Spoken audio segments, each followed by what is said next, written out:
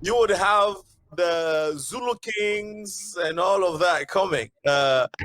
It sounds and looks and is very inspiring. What is coming in Panama 2020, sorry, 2022.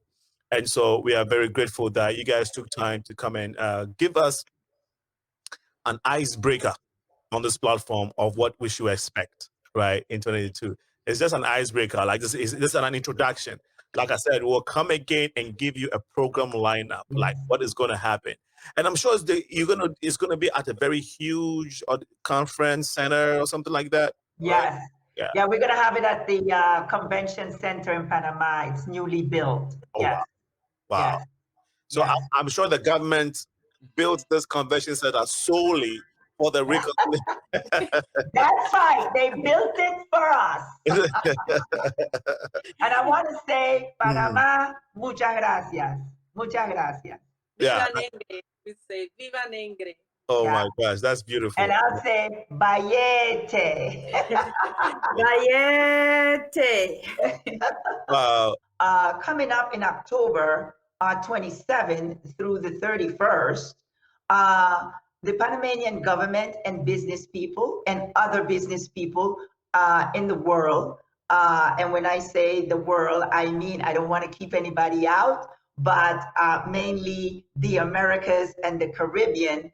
We are going to be traveling to Ghana. AIDO Network International is going to have an event launching the journey of reconciliation of Mother Africa and her diaspora. I think this is going to be an awesome thing, because when we arrive to Ghana, there's going to be kings and queens present. So those of you that want to do business, those of you that want tours in Ghana, those of you that want to speak to your brothers and sisters in Ghana, this is the time to join us. We will have the package very, very soon in order to in order for you to get the information to join us in Ghana. So we will leave an email, or the 6th Region Global Chamber of Commerce.org. You can come in, you can register. We're going to have that up by next week. The beauty about it is there has been massive cooperation, and many people have embraced it. Our traditional rulers have embraced it. We've got our King Bungani, His Royal Majesty King Bungani from the great Embo Kingdom, who is at the forefront, leading and standing with other kings and queens and traditional rulers, chiefs across the continent, you know, coming together and saying, yes, this is long overdue, and we are part of this solution. We've got governments, as you can see, Krishna here, who are saying, yes, this is the right thing to do, and this is the appointed time. Because under the sun, under the heavens, there's a time for everything. So this is the time for this. We've got different stakeholders, civil society, people are coming together, and that is what we want to see. Because we know, you know, when we all stand together, it will be beautiful. Yeah. So just to mention a little bit about Ghana, we believe that Ghana is a very significant place, just as most of the West African countries where most of our brothers and sisters departed from would be. You know, Angola and all the coastal, especially West African coastal areas. But we are starting off this journey in Ghana. And it's going to be, as Dr. Melinda has said, from the 27th to the 31st of October, 2021, that is this year. It's going to be a 4-day event, but 4 very significant days. So we are talking of just 3 months away. So we need to get going. The theme for this is going to be, the theme is very significant. That is culture and business uniting Africa and her diaspora. Those are our children, you know, in the diaspora, our brothers and sisters. You know, in Africa, we don't have the vocabulary for the word cousin and all. So we are just all brothers and sisters. Yeah. So that's the theme that is going to be. So we shall have the Business Expo, as Dr. Melinda has said. And this is, again, you know, under the 6th region. this is again the backbone that we need to strengthen our economy, because it has been ravaged, and that is why we are in the position. We can. How can we help? Someone once said, "How can a poor person help the? How can you help the poor if you're one of them?" So we need to liberate ourselves, so we will be able to, not be dependent, on others to do what we can, because we are more than able. And then, of course, we've got the cultural celebration. So we are getting, our kings are coming to be part of this celebration. And because we know that's our backbone, then the tourism will be beautiful, because we are going to see those beautiful heritage sites. But most important about the heritage sites is because we said Ghana is going to be the beginning of the journey of reconciliation. We are going to visit the historic sites that were centers under which our brothers and sisters departed, ripped away from the continent. Those were the parts, the ports of no return. There's Elmina Castle and there's Cape Coast. These are the histories are just very saddening. We might have read about it, but they say seeing is believing. So that is where the kings are going to perform the spiritual healing. Because, for all that happened there, it's a very symbolic ceremony. Because if you think about it, for example, in Elmina Coast, about 30,000 of our brothers and sisters yearly were living just in that one place. And then when you think of the millions who died at sea who couldn't even make it, when you think, so there are even things that, are very saddening to think about, but we say, let's realize the truth and let the healing begin there. So there's a lot happening in Ghana, and it's been long coming. We're talking of 400 years. So we can't let it go any further.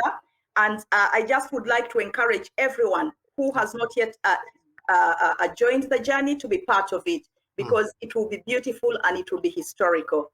Thank you. Wow, beautifully put. Thank you so much for eloquently, breaking it down, what's going to happen in Ghana, the purpose for that, and how that is going to transition into journey of reconciliation in Panama, right? Because you're doing that, and that story continues into the event coming up next year. That is so powerful. And we are hoping to get some of the kings and queens to join us at the exchange. Dr. Melida, when you're coming, you have to put some of the kings in your pocket. I will. Don't come to the Americas alone. Bring them. And of course, this is why you are going, right? To do all of this and then have them back on the journey to Panama. Beautiful, beautiful. Krishna, you wanted to add something to what it is? I want to mention something very important. May, the month of May in Panama is the month of celebration of the Black people in Panama. Okay. May.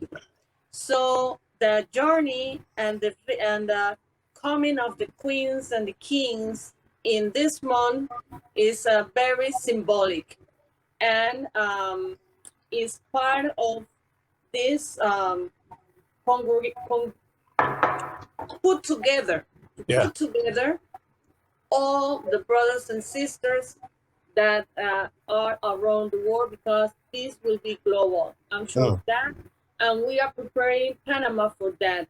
Open our arms once again with a new vision of what is being an African in Panama. Wow. I like how you said you are preparing Panama for that, right? Like, oh yes, it's setting the city up. So far, tell us the hype. Like, are people talking about it? Is it like, a big conversation there? Yeah. Yeah. Actually, the government,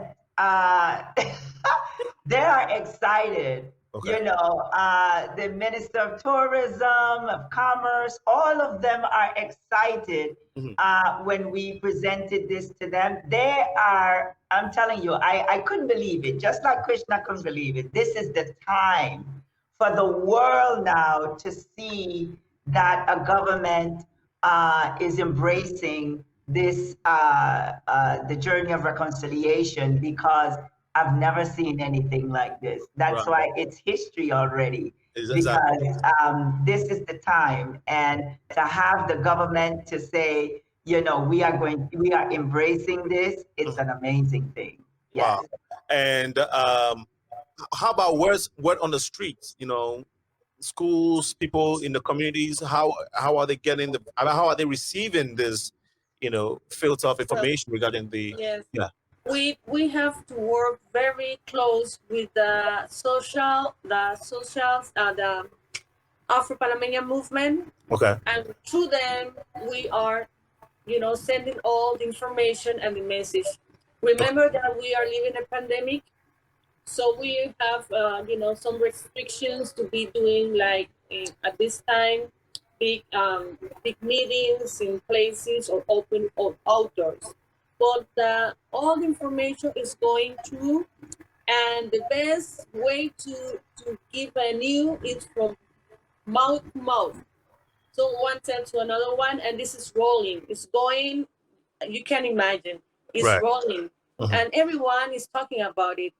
So as I say, we are preparing Panama once again because Panama is a tiny, tiny country, but very important because of the the geographic situation. Yes. Because we are between Location. North and South America. Yeah. And we have oceans in both coasts. That tiny we are, but very, very important in commerce, in the sailings and everything. So once again, we have this historical moment in a different manner, in a different way, different as 400 years ago. Yeah. And with a new vision of what we are and where we have to go from now to the future. There is no doubt. Thank you so much, Krishna, for shedding more light on that. And there is no doubt how historic and huge this is going to be already. I mean, if the government has your backing on a project, we're talking about the government now. So your work is done. The work is done. This event is already set in stone. We just have to wait for how many African kings and queens are we estimating roughly? Maybe we will come back to shed more details on this. We are still in the beginning stages, right? We're still in the planning stages. Yes. So we'll come back and give us more details. Yes. But in estimation, how many kings should people be thinking about? I'll go to Your Highness? To Her Highness, yes. Okay, please. Yes, Alinko, it's true. We shall confirm the numbers as time goes on. Yeah. But the willingness is there. The commitment is there. Mm-hmm. We've got Nigeria on board with us. We've got kings from Ghana, of course, standing with us. South Africa and kingdoms, they're standing with us. From the Congo, Cameroon is with us. So there's from East Africa as well, Uganda. So there's a lot of interest, but the numbers will be confirmed as we get closer to the time. I raise my hands. I mean. Oh, thank you. Firstly, Alinko, I really would like to thank you so much for having us today and for the fantastic work that you're doing for the communities across. We really do appreciate you. It's been an absolute honor.